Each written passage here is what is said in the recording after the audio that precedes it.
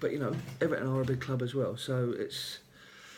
And yes, they are a decent striker away from being a good side, but it's funny how they spin it in terms of who's playing where.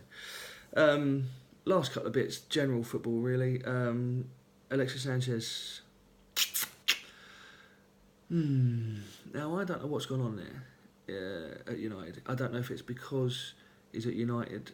I mean, my personal theory really is that at Arsenal, all the young players or all the non-international players, I do that because, you know, like Hal Robson-Kanu an international. So just saying you're an international doesn't mean you're a great player, you know.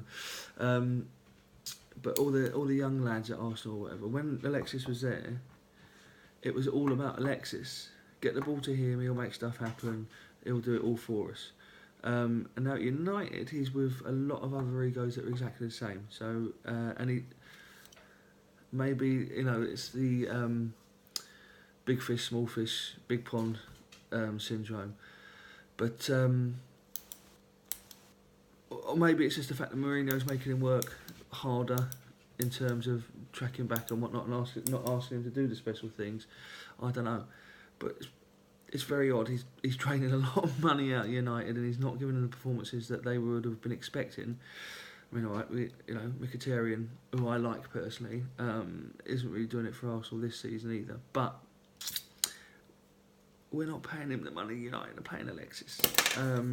But talking about that, United, they've just lost on penalties to Derby County, 2-2 in normal time, no extra time, straight for the penalties this time.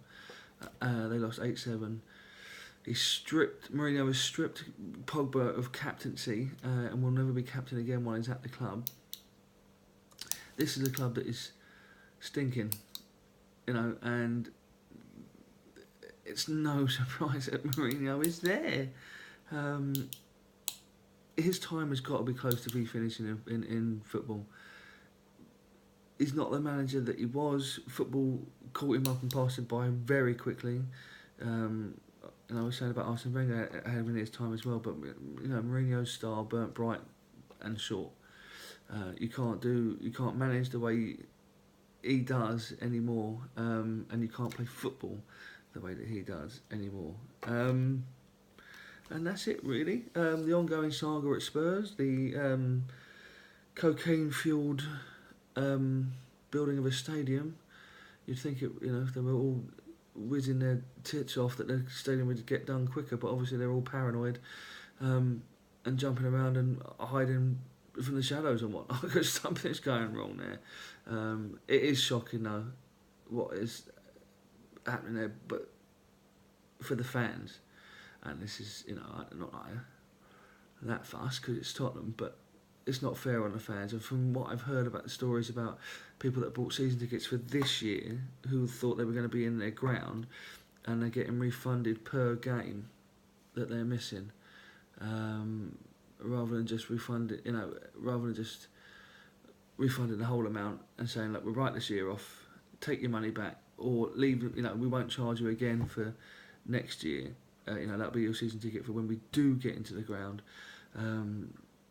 They're treating the fans like absolute pieces of stuff that you find on your shoe, and you know, people accuse Arsenal of being the highest season tickets in London.